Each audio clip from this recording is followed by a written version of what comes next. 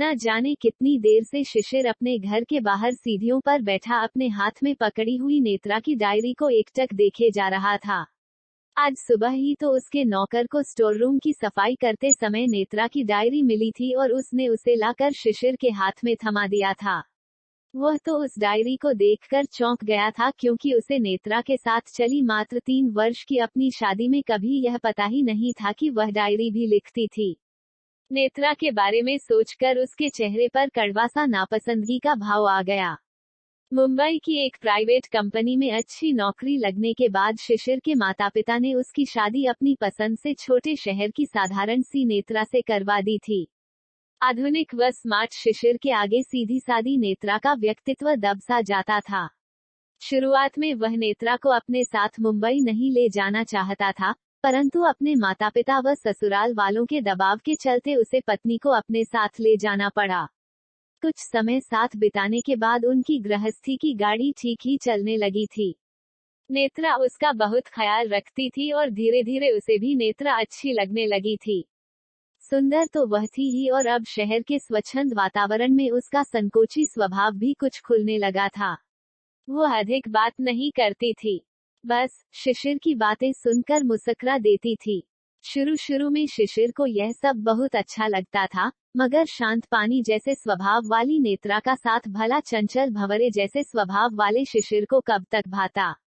शादी के 1 वर्ष बाद ही शिशिर को नेत्रा के साथ घुटन महसूस होने लगी थी। ऐसा नहीं था कि शिशिर को वह बिल्कुल पसंद नहीं थी, पर जब वह अपने ऑफिस की आधुनिक लड़कियों को देखता था तो मन ही मन खींच उठता था। वह चाहता था कि उसकी पत्नी भी आधुनिक पोशाकें पहने, फर्राटेदार इंग्लिश बोले व सबसे उन्मुक्त होकर बातें किया करे, मगर सीधी सादी नेत्रा के लिए यह सब करना असंभव सा था। वो शिशिर के कहने पर साड़ियां छोड़कर सलवार सूट पहनने लगी थी। लंबी चोटी को भी काट छांट कर बालों को कंधे तक ले आई थी। लेकिन शिशिर को हमेशा यही अखरता रहा कि इससे अधिक प्रयास या तो नेत्रा से हो नहीं सकता या फिर वह करना ही नहीं चाहती थी। धीरे धीरे उसके मन का गुबार उसकी जबान पर भी आने लगा। वो अक्सर छोटी छोटी बातों को लेकर नेत्रा पर झल्ला उठता था, पर नेत्रा हमेशा खामोशी से सिर झुकाए सब सुन लेती थी। शायद इसीलिए शिशिर को हार कर चुप होना पड़ता था।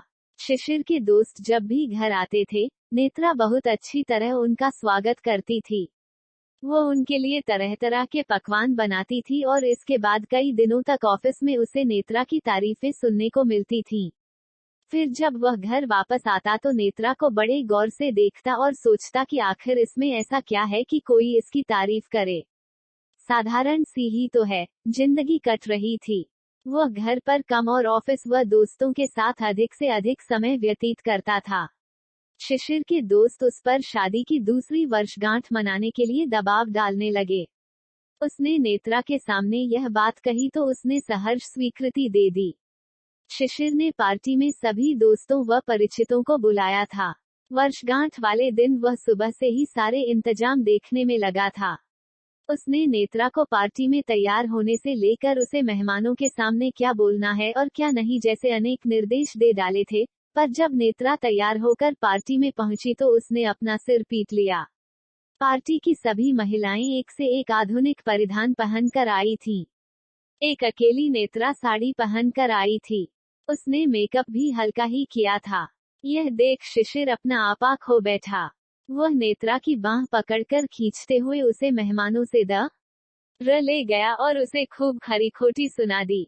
नेत्रा ने आंखों में आंसू लिए उससे सॉरी कहा, तब भी उसका गुस्सा शांत नहीं हुआ। बेमन से केक काटकर उसने अचानक तबीयत खराब होने का बहाना बनाकर मेहमानों को जल्दी ही वापस भेज दिया। उस दिन के बाद से एक दिन भी ऐसा नहीं बीता जब घर में कलह न हुई हो। रही सही कसर तब पूरी हो गई जब उसने एक दिन नेत्रा को जीन्स टॉप पहने एक रेस्तरां में बैठे देखा। वो एक व्यक्ति के साथ कॉफी पीते हुए हंस हंस कर बातें कर रही थी। शिशिर ने अब देखा न ताब उनकी टेबल पर जाकर नेत्रा को एक जोरदार थप्पड़ रसीद कर दिया और उसकी बात सुने बिना वह दंदनाता हुआ वहां से चला आया। उसने एक पल की भी देर किए बिना वकील से संपर्क करके तलाक के कागज तैयार करवा लिए।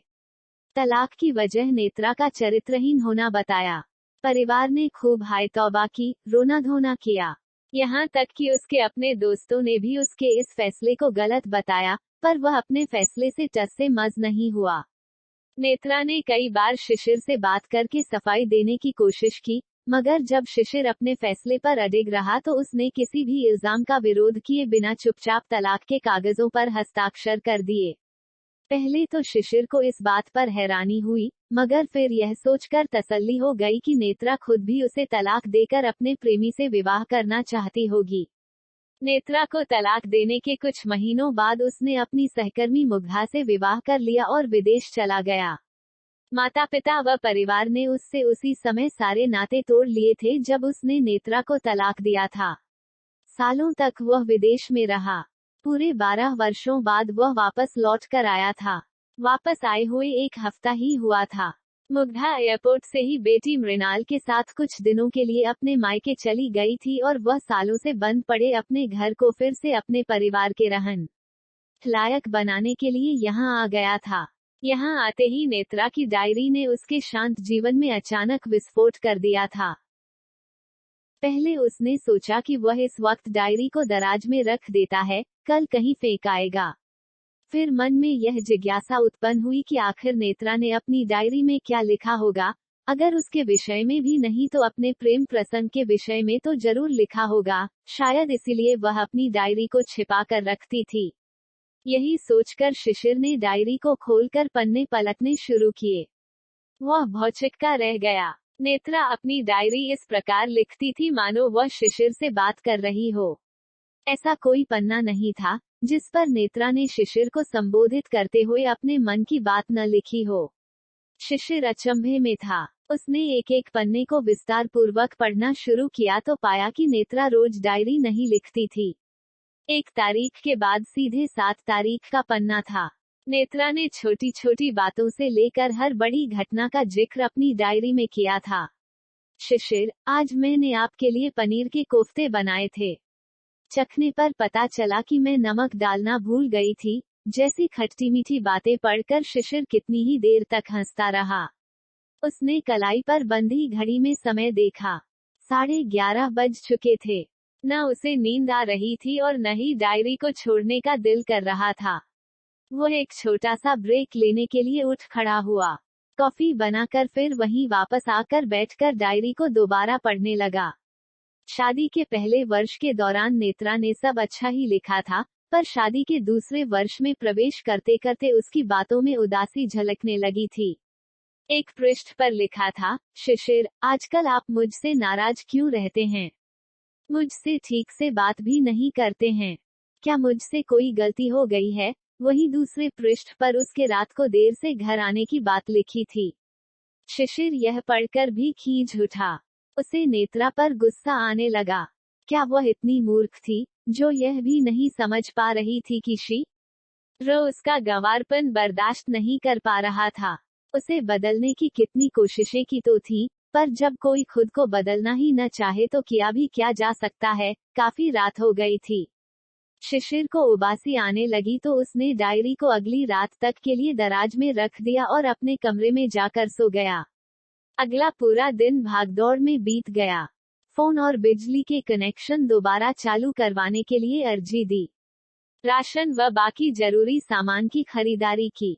नौकर से बाकी बचे कमरों की सफाई करवाई और सारा बेकार व टूटा फूटा सामान स्टोर रूम में रखवाया। काम निबट जाने के बाद मुग्धा को फोन करके सब बताया। रात होते होते शिशिर थककर चूर हो चुका था। अब इंतजार था नौकर के जाने का, ताकि वह नेत्रा की डायरी को आगे पढ़ सके। नौकर के जाते ही शिशिर ने झट से दरवाजा बंद किया और दराज से डायरी निकालकर अपने पलंग पर लेटकर पढ़ने लगा। वह काफी सारे पन्ने यूं ही पलटता रहा, क्योंकि उन सब पर ज्यादातर एक सी ही बातें लिखी थी, जिसमें नेत्रा अपने प्रति शिशिर के बदलते व्यवहार को लेकर परेशान थी। अभी तक तो उसकी डायरी में उसके प्रेमी का कोई जिक्र नहीं मिला था, लेकिन शायद आगे कुछ न कुछ जरूर मिलेगा। यही सोचकर वह पन्ने पलटता गया। उसके बाद शिशिर उस पृष्ठ पर रुका जिस पर उसकी शादी की दूसरी वर्षगांठ का जिक्र था। वह दिन जब नेत्रा ने सारे ऑफिस के लोगों और दोस्तों के सामने उसे शर्मिंदा किया था। इस पृष्ठ पर उसने मेरे बारे में जरूर कुछ उल्टा सीधा लिखा होगा, यह सोचकर शिशिर ने पढ़ना शुरू किया। प्रिय शिशिर, शादी की दूसरी वर्षगांठ बहुत बहुत मुबारक हो। मैं यही आशा करती हूँ कि आपकी सारी मनोकामनाएं पूरी हों। आपको जीवन में हमेशा खुशियां और सफलताएं मिलें। आज आपने अपने मित्रों के अनुरोध पर एक पार्टी का आयोजन किया था। सारा दिन आप मुझे निर्देश देते रहे कि मैं आप मित्रों के सामने अपना मुंह न खोलूं, अच्छी तरह से तैयार होकर ही पार्टी में आऊं इत्यादि।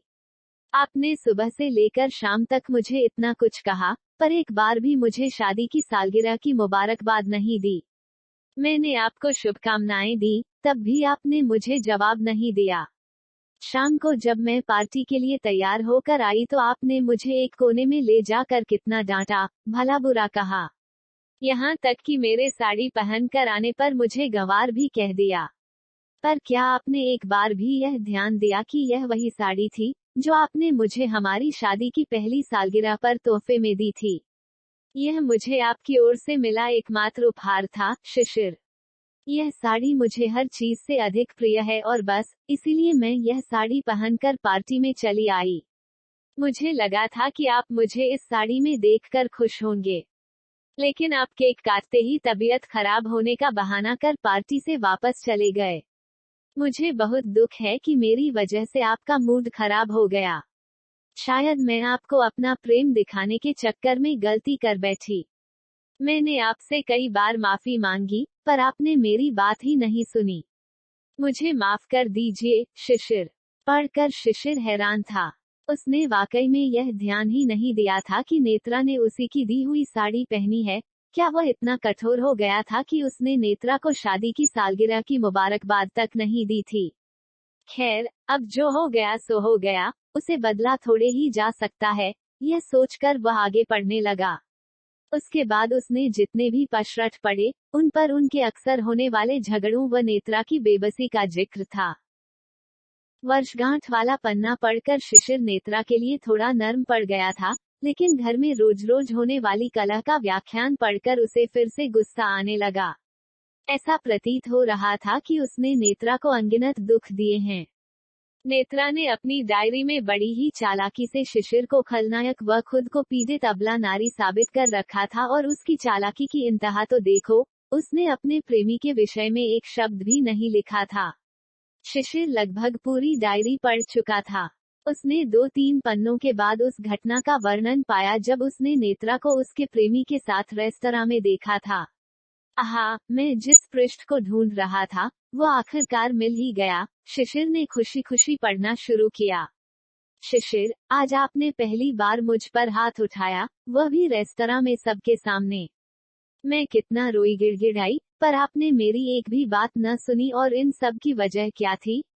यह कि आपने मुझे किसी पराये आदमी के साथ आधुनिक वस्त्र पहने रेस्तरां में कॉफी पीते हुए देखा।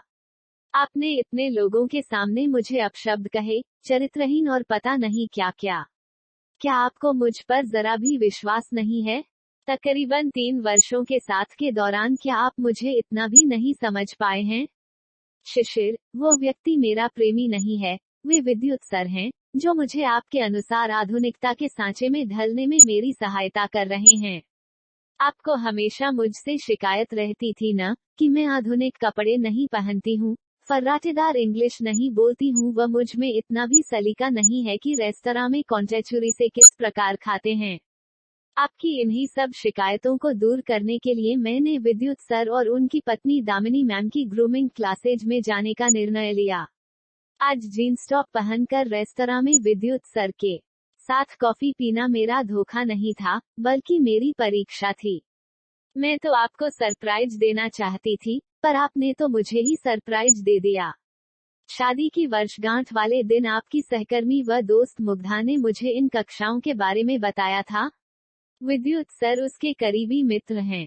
उनका फोन नंबर भी मुग्धा ने ही मुझे दिया था। 1-2 बार मुलाकात होने के बाद हम दोनों के बीच में बहुत अच्छी दोस्ती हो गई है। अभी उन्होंने मुझे आपको इस बारे में कुछ भी बताने से मना किया है, क्योंकि आपको मेरा अपने दोस्तों के साथ मेलजोल बढ़ाना पसंद नहीं है, पर खुद को आपके अनुसार ढाल लेने के बाद ही हम दोनों आपको सब सच बताने वाले थे। मेरी आज की परीक्षा के बारे में मुग्धा को सब पता है। मैंने उसी का दिया जीन्स टॉप पहन रखा था। आज सुबह ही तो मेरी उससे बात हुई है। मैंने उससे कहा है कि आपको सब बता दे। मेरी नहीं, पर शायद उसकी बातों पर आपको भरोसा हो जाए। शिशिर को अपनी आंखों पर विश्वास नहीं हो रहा था। उसने दोबारा उस पन्ने को पढ़ा, लेकिन उस पर अब भी वही लिखा था। मुग्धा और नेत्रा सहेलियां थीं, और नेत्रा ग्रूमिंग क्लासेस जाती थी। उसका सिर चकरा रहा था। मुग्धा ग्रूमिंग क्लासेज व परीक्षा के बारे में सब जानती थी, लेकिन मुग्धा ने ही तो उसे उस दिन उस रेस्तरां में मीटिंग के लिए भेजा था। यह सब क्या हो रहा था उसके साथ? क्या वह जो सोच रहा था वह सच था? यदि मुग्धा सब जानती थी तो उसने उसे कुछ बताया क्यों नहीं? नहीं, जो कुछ भी नेत्रा ने लिखा है, सब झूठ है। नेत्रा से मिले धोखे के बाद मुग्धा ने ही तो उसे संभाला था। तलाक के समय भी मुग्धा एक सच्चे दोस्त, हमदर्द की तरह उसके साथ खड़ी रही थी। मुग्धा के इसी निस्वार्थ प्रेम ने शिशिर को उससे प्रेम करने पर विवश कर दिया था। ऐसा हो ही नहीं सकता कि मुग्धा ने उससे सच छिपाया हो। नेत्रा ने अपनी जलन व स्वार्थ में यह सब अनाप-शनाप लिखा होगा। उस औरत ने एक दिन भी उसे सुख शांति से कहाँ रहने दिया था। शिशिर का मन किया कि अभी इस डायरी को जलाकर राख कर दे, लेकिन उसने ऐसा किया नहीं, क्योंकि अभी आगे के कुछ पन्ने पढ़ने बाकी थे और वह यह देखना चाहता था कि नेत्रा किस हद तक झूठ बोल सकती थी। उसने आगे पढ़ना शुरू किया। उसमें शिशिर के घर छोड़कर होटल में रहने का जिक्र था, जो कि सच था। नेत्रा को रंगे हाथों पकड़ने के बाद वह घर छोड़कर होटल में रहने लगा था। आगे भी कुछ पन्नों पर नेत्रा ने वही दुखड़ा रोया था कि किस प्रकार शिशिर ने उसकी कोई बात सुने बिना तलाक के कागज उसे भिजवा दिए थे। एक बात जो शिशिर को खटक रही थी, वह यह थी कि नेत्रा ने बार बार इस बात का जिक्र किया था कि उसने कई बार मुग्धा से प्रार्थना की थी कि वह शिशिर को सच बता दे, लेकिन मुग्धा उसकी मदद नहीं कर रही है। इसके बाद वाले पन्ने पर नेत्रा ने अपने माता पिता के मुंबई आने व तलाक की प्रक्रिया शुरू होने का वर्णन किया था। उसने मुग्धा के बारे में लिखना अचानक बंद कर दिया था। शायद झूठ लिखते लिखते थक गई थी। पन्ने के ऊपर तारीख पढ़कर शिशिर को याद आया कि उसे यह बात बहुत अजीब लगी थी कि इतना रोना धोना करने के बाद वह शिशिर से बात करने की कई कोशिशें करने के बाद नेत्रा ने तलाक को रोकने के प्रयास एकदम बंद क्यों कर दिए थे। वह बिना कुछ कहे सुने तलाक के कागजों पर हस्ताक्षर करके उसके जीवन से चुपचाप कैसे चली गई थी। ऐसे लग रहा था मानो उसने हालात के आगे घुटने टेक दिए थे। इसी उधेड़बुन में शिशिर डायरी के आखिरी पन्ने पर पहुंच गया। आखिरी पन्ना तलाक के दिन लिखा गया था। उस दिन जब नेत्रा हमेशा के लिए उसके घर और जिंदगी से चली गई थी। प्रिय शिशिर, आज मैं आपको हर बंधन से मुक्त करके हमेशा के लिए आपसे दूर जा रही हूँ। कल सुबह तड़के ट्रेन से माँ और पापा के साथ वापस चली जाऊंगी। उसके बाद क्या करूंगी, अभी कुछ सोचा नहीं है। आज अदालत में आपको आखिरी बार देखा, जी भर कर देखा और सोचा कि क्या आप वाकई में मेरे प्रेम, समर्पण और विश्वास को पाने के योग्य थे। 3 सालों तक आपकी बेरुखी देखकर भी मैं हमेशा यह उम्मीद करती रही कि एक न एक दिन आप बदल जाएंगे। मैं मूर्ख हूं ना, आपसे एक तरफा प्यार करती रही। मैंने आपको सच बताने की और इस तलाक को रोकने की अनगिनत कोशिशें की। मुझे लगता था कि आपको सच बताने से आपकी गलतफहमी दूर हो जाएगी। बस इसीलिए मैं मुग्धा से बार बार मिन्नतें करती थी कि वह आपको सच बता दे। लेकिन उस दिन जब मुग्धा मुझसे मिलने आई, उस दिन मुझे एहसास हुआ कि दरअसल गलतफहमी में तो मैं खुद जी रही थी। मुग्धा ने मुझे बताया कि हमारी शादी के पहले से आप दोनों का प्रेम संबंध चल रहा था और शादी के बाद भी आप दोनों के बीच का संबंध टूटा नहीं था। मुग्धा ने मुझे सब सच बता दिया था शिशिर, कि किस प्रकार आप दोनों ने मुझ पर चरित्रहीन होने का झूठा आरोप लगाया था, ताकि आप मुझे आसानी से तलाक देकर मुझसे छुटकारा पा सकें। आपने एक बार मुझसे कहा तो होता कि आप मुग्धा से प्रेम करते हैं और उससे शादी करना चाहते हैं। मैं खुद ही सदा के लिए आपके जीवन से चली जाती। जब मैं आपसे एक बार मेरी बात सुनने की मिन्नतें करती थी, उस वक्त आप और मुग्धा मेरी बेबसी और आंसुओं का मजाक उड़ाते होंगे। क्या आपके अंदर लेशमात्र भी इंसानियत बाकी नहीं रही थी? खैर, अब तो आप दोनों खुश होंगे ना, आखिर आपकी योजना सफल जो हो गई है। यदि मैं चाहती तो यह सच सबको बता सकती थी, शिशिर। मगर मैंने ऐसा नहीं किया, क्योंकि आपके बूढ़े शरीफ माता पिता आपका यह रूप देखकर खुद को संभाल न पाते। वैसे भी आप और मुग्धा वाकई एक दूसरे के लिए ही बने हैं। आपने मुझे चरित्रहीन कहा था ना, शिशिर, तो फिर आप और मुग्धा क्या हैं? बहुत अच्छा हुआ जो आपका असली चेहरा मेरे सामने आ गया। मैंने आपके लिए बहुत आंसू बहा लिए, लेकिन अब आज के बाद मेरी आंखों से आपके लिए एक भी आंसू नहीं गिरेगा, क्योंकि आप इसके लायक ही नहीं हैं। दिल तो चाह रहा था कि आपको बहुत कोसूं, लेकिन अब वह भी नहीं करूंगी। माँ पुकार रही हैं। सुबह जल्दी तैयार होकर रेलवे स्टेशन पहुंचना है। जाने से पहले आपको धन्यवाद देना चाहती हूँ, क्योंकि मुझे आपसे बहुत कुछ मिला है। आपसे मिलने के बाद मैंने प्रेम करना सीखा, रिश्तों को निभाना सीखा, संतोष से जीना सीखा और सबसे बढ़कर जीवन का सबसे बड़ा सबक भी सीखा। वो सबक यह कि किसी पर इतना भी अंधविश्वास नहीं करना चाहिए और न ही इतना अधिक प्रेम करना चाहिए कि वो प्रेम एक दिन तुम्हें ही समाप्त कर दे। मैं तो जा रही हूँ शिशिर, और जीवन में कभी आपसे दोबारा नहीं मिलना चाहूंगी, लेकिन जाने से पहले यही चाहूंगी कि आप और मुग्धा हमेशा खुश रहें। आखिर आप दोनों ने एक दूसरे का साथ पाने के लिए बहुत मेहनत की है, और हाँ, आप किसी और के प्रेम में पड़कर मुग्धा के साथ वह मत कीजिएगा जो मेरे साथ किया। अच्छा, अब मैं चलती हूँ। आप अपना ख्याल रखिएगा। आपके दिए सामान की तरह मैं यह डायरी भी यहीं छोड़कर जा रही हूँ। जानती हूँ कि आप और मुग्धा सबसे पहले मेरा सारा सामान बाहर फेंकेंगे। यह डायरी भी उसी के साथ चली जाएगी। बहरहाल, आप खुश रहें, अलविदा। शिशिर के हाथ पांव सुन्न हो गए थे। वो समझ नहीं पा रहा था कि आखिर यह सब क्या था। मुग्धा ने नेत्रा से झूठ क्यों बोला? नेत्रा की डायरी पढ़ने के बाद जो कुछ उसकी समझ में आया था, क्या वह सब सच था? उसे यह बात तो मालूम थी कि तलाक होने से कुछ रोज पहले मुग्धा नेत्रा से मिलने घर गई थी, मगर मुग्धा ने तो उससे यह कहा था कि नेत्रा ने किसी और आदमी के साथ प्रेम संबंध होना स्वीकार कर लिया है और वह तलाक के लिए भी तैयार है। फिर नेत्रा ने यह सब क्या लिख दिया था? उसे याद आ रहा था कि मुग्धा ने शादी के बाद उसे बताया था कि वह उससे बहुत समय से प्रेम करती थी, मगर उसके शादीशुदा होने के कारण उसने यह बात अपने मन में ही दबाए रखी। तो क्या मुग्धा उसके प्रेम को पाने के लिए इतना बड़ा खेल खेल गई थी? शिशिर को मुग्धा से अधिक खुद पर गुस्सा आ रहा था कि आखिर उसने एक बार नेत्रा की बात क्यों नहीं सुनी, अपने माता पिता और दोस्तों की क्यों नहीं सुनी? क्यों वह सिर्फ मुग्धा के हाथों का मोहरा बना रहा?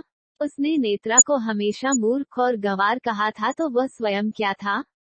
उसने जिस नेत्रा पर बदनामी का दाग लगाया था, वह तो आज बेदाग साबित होकर निकली थी। फिर मुग्धा क्या थी? शिशिर ने अपनी आंखों से छलकते आंसुओं को पोंछा। उससे बहुत बड़ा अपराध हो गया था। उसने सोच लिया था कि वह कोई भी फैसला करने से पहले मुग्धा के लौटने का इंतजार करेगा, उसे सारा सच बताकर देखेगा कि वह अपनी गलती स्वीकार करती है या नहीं, वह अपने किए पाप का पश्चाताप करना चाहती है या नहीं। यदि मृणाल की फिक्र न होती तो वह बगैर सोचे मुग्धा से अलग हो जाता, लेकिन नेत्रा के बाद अब वह अपनी बेटी के साथ नाइंसाफी नहीं करेगा। नेत्रा भी कभी ऐसा नहीं चाहेगी। उसके बाद अपने माता पिता और दोस्तों से दोबारा संपर्क करके उन्हें सारा सच बताएगा। शायद उनमें से किसी से नेत्रा का पता या फोन नंबर मिल जाए। वह बार बार माफी मांगेगा तब तक जब तक कि वह उसे माफ न कर दे। शायद इसी से उसके गुनाहों का बोझ थोड़ा कम हो जाए। अभी उसे पश्चाताप का बहुत लंबा सफर तय करना था। यही सोचते हुए शिशिर ने भारी मन से नेत्रा की डायरी फिर से दराज में रख दी।